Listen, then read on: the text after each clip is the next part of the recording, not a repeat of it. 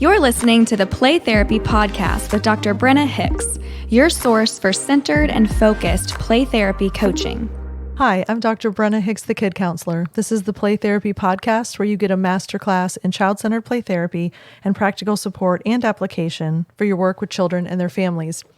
In today's episode, I am answering a question from Allie in Arkansas. Hello to all of you out there in the other side of the country. So I've actually never been to Arkansas. I would like to go, and I've heard Little Rock is lovely. So someday maybe I'll make it out there, but unfortunately there are no baseball teams there, and that's usually why we travel to follow the Rays to a baseball stadium. So I'll have to figure out where I'm going to go when I head out there. But anyway, thank you to all of you listening out in Arkansas. Thank you, Allie, for the question. So this is actually kind of two cases worked into one question, and you'll see what I mean once I get into this a little bit. So let me read parts of the email and then we'll dive in together. I wanted to say that I listen to your podcast every day on the way to and from work during my hour commute. I graduated from the USF Master of Social Work program in 2021. I'm wondering if that is my USF, University of South Florida. And if it is, go Bulls. And have been working with trauma and addiction until 2 months ago. My play therapy supervision is only every 6 weeks, so your podcast has been a godsend. Thank you for everything you contribute to the field and for convincing me to be 100% CCPT. Well, here's a high five, Allie, and a hug. To go from trauma and addiction 2 months ago to all-in CCPT, what a huge shift. And I'm so happy that CCPT found you and you've decided that it's what you want to do. So I'm very excited for you. All right, so on to the question. I have a new 9-year-old girl. She handcuffed me in our first session and our first time meeting. Handcuffed herself to me, sorry. At the end of the session, she also hugged me really tight and didn't want to let me go. She must have hugged me about 10 times before her mom was able to get her to leave. During the second session, she clung to my leg and refused to leave. She cried and said she didn't want to wait a whole week to come back, and her mom basically had to drag her out the door. All right, so that's kind of part one of the question. Now I'll continue. Next, you mentioned in one of your episodes that resistance lasting longer than a couple weeks is rare. I have an 8-year-old boy who loved his first session and asked his parents when he was coming back. During the second session, he let out a ton of rage on Bobo, hitting and screaming at him, and then asking me to hit and scream at Bobo.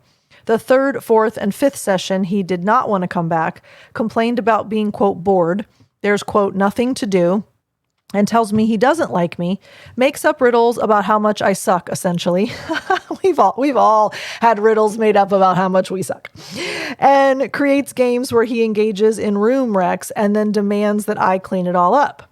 I've been going along with it, but I'm not sure what to do. I'm having whiplash. Okay, so very different starts to sessions with different kids, and I'll kind of address both, and we'll kind of unpack each one of these. So let's start with the girl. So when she handcuffs herself to you, when she hugs you, when she doesn't want to let you go, that is all unhealthy, maladaptive coping. In other words, she is using physical touch, she's using physical contact, she's using connection with people to meet her needs in some way. I suspect that she either has some attachment stuff, she feels that someone in her life has either not accepted her, not supported her, not cared for her. There's usually some kind of history that makes sense with that kind of behavior. They're very quick to be affectionate. They're very quick to say they love you. They're very quick to feel like you're the most important person in the world to them. That is pretty standard with certain backgrounds and histories of children. So when that happens, and then the second session, she clings to your leg and refuses to leave and says, I don't want to wait a whole week to come back. She's having trouble with the distance, which further supports that there's probably some kind of relational fracture, attachment issue, something going on for her. All right. In that scenario, she is desperately trying to create a relationship that is not present yet. We know that we're in initiation. We know that that's what is taking place. She is, in fact, building relationship.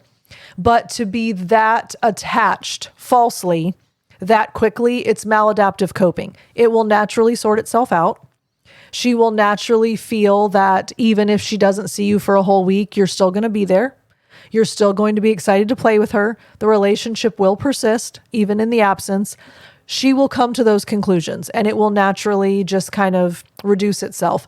But in the meantime, she's really struggling with that. The fact that mom had to drag her out the door, I'm not really sure exactly what that looked like, but practically speaking, just based on the words, that was not a helpful way to handle that. So what we're going to do in a scenario like that is reflect feelings ad nauseum.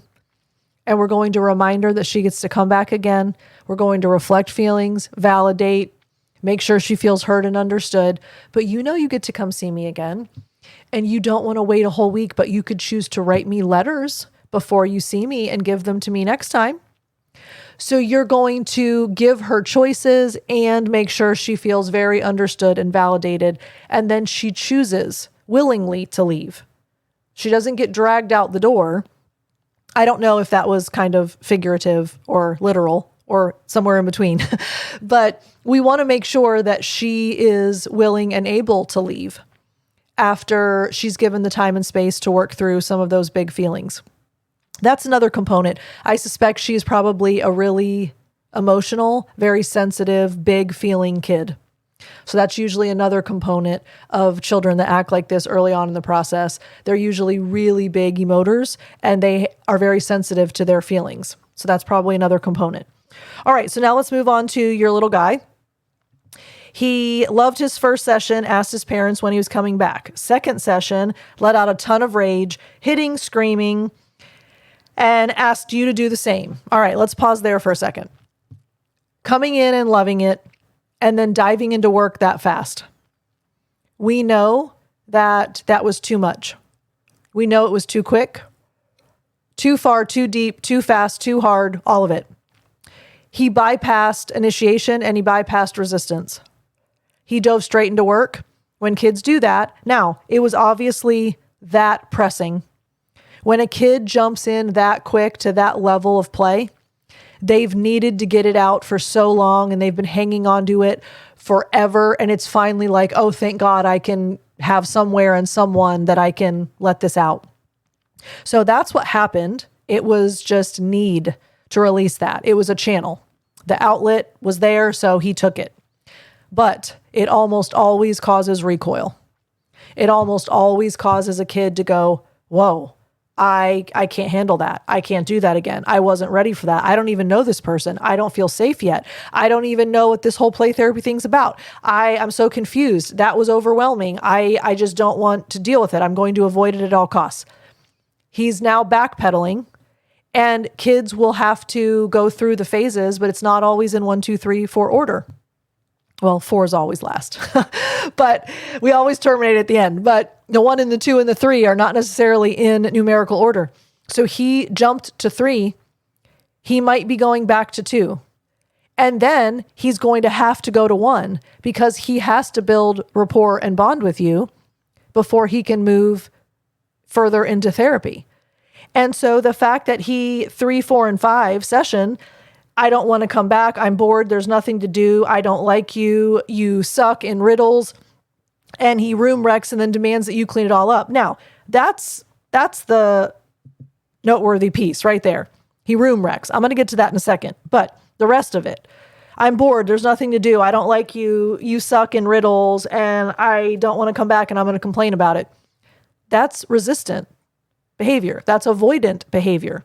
Whether we're actually in resistance phase, I'm not sure, but he is absolutely saying, I can't go through that again. I'm not ready to deal with it. It is too much for me. No thanks. So he's paying lip service to what he thinks are the reasons that he can't be there. What he's saying is not truth. It's his way of trying to communicate, I can't face this right now. And that's the normal part of the therapeutic process. Now, the really important piece is that he room wrecked and told you had to clean it up. That's playing. That's power and control. That is him engaging and doing work that he needs to do. So if you would have told me he never went into the playroom again, 3rd, 4th, and 5th session, and he sat in the lobby the whole time, that's very different. He's coming back into your room. He's wrecking your room. He's insisting that you clean it up. that is still engaging in the CCPT process. That's still doing meaningful work. That's interacting with you in therapeutically valuable ways. So that's something to celebrate. I certainly do not think that this is a hindrance right now. This is just his process. He jumped to phase 3, so now he's going back to 1 and 2. That's a very common process. They do not go in numerical order. Always. Sometimes they do. Sometimes they don't. So we need to be mindful that when kids change the order, we're going to watch them go in kind of a loop-de-loop process instead of up and right. So Allie, I hope that is helpful. I hope that's helpful to each and every one of you, because when we have opposite ends of the spectrum kids like that, one comes in and they're all in and they just love you to death. And then one comes in and they're like, you're the worst person ever. I never want to see you again. That can be a little bit overwhelming. And I get the notion of whiplash there. So Allie, thanks so much for the email. I hope that was helpful for all of you. I hope that you know how very much I appreciate you. Thank you for hanging out with me each week. Thank you for taking me on your commutes and your treadmill jogs and all the other things that you do with me. I love you all. We'll talk again soon. Bye. Thank you for listening to the Play Therapy Podcast with Dr. Brenna Hicks. For more episodes and resources, please go to www.playtherapypodcast.com.